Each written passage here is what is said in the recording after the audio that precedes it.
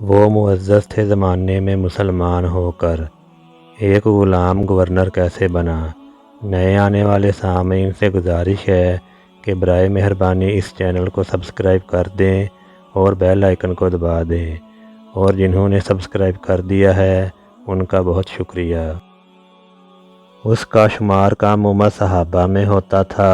وہ ایک آزاد کردہ غلام تھا، نہایت ذہین تھا، اور خوش آوازی نے اسے اور زیادہ اہم بنا دیا تھا۔ یہ نوجوان قرآن پاک کا حافظ اور قاری تھا۔ تلاوت اتنے خوبصورت انداز میں کرتا کہ سننے والے دم بخود رہ جاتے۔ اس کے ساتھ ساتھ وہ عالم دین بھی تھا، اسلامی قانون وراثت میں خوب مہارت رکھتا تھا۔ وراثت کے معاملات اور جھگڑوں میں لوگ اس کی طرف رجوع کرتے تھے۔ حضرت عمر فاروق رضی اللہ تعالیٰ عنہ نے اس کے آقا نافع بن عبد الحارث کو مکہ کا والی مقرر کر رکھا تھا۔ ایک مرتبہ وہ مکہ مکرمہ کے علاقے کے دورے پر تھے۔ اسفان نامی جگہ جو مکہ کے قرب و جوار میں واقع ایک وادی ہے، وہاں پر نافع اور حضرت عمر فاروق رضی اللہ تعالیٰ عنہ کی ملاقات ہوئی۔ اس واقعہ کے راوی عامر بن واصلہ ہیں۔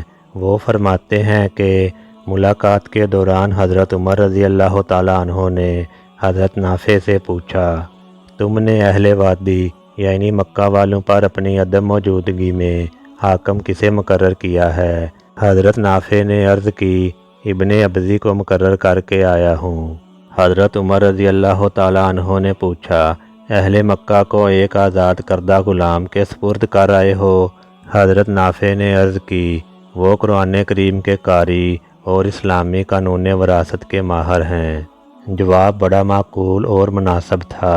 قرآن پاک کا حافظ، قاری اور عالم دین ہونا بہت بڑی اہلیت ہے، لیکن ایک غلام کا نہایت اہم عہدہ پر فائز ہونا ایک غیر معمولی کامیابی تھی۔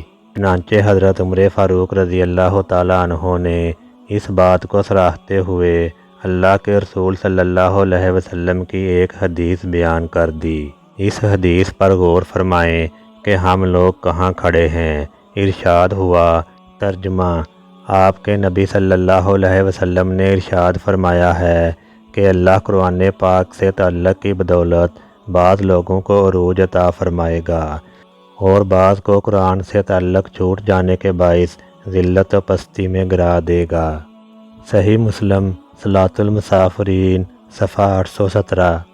وہ ایک غلام تھا، نہ جاہ، نہ مال، نہ حسب، نہ نسب، نہ ہی معاشرہ میں کوئی خاص مقام اور مرتبہ، مگر قرآن پاک کی بدولت اللہ نے عبد الرحمن بن ابزی خزاعی کو یہ مقام عطا فرمایا کہ اہل مکہ پر ان کو گورنر متعین کیا گیا۔ ان کا مقام و مرتبہ حضرت علی رضی اللہ تعالیٰ عنہ کی نگاہ میں یہ تھا کہ انہوں نے اپنے عہد خلافت میں انہیں خراسان کا گورنر مقرر کیا تھا۔ علامہ اقبال نے بلا شبہ سچ فرمایا ہے، وہ معزز تھے زمانے میں مسلمان ہو کر، اور ہم خوار ہوئے تارک قرآن ہو کر۔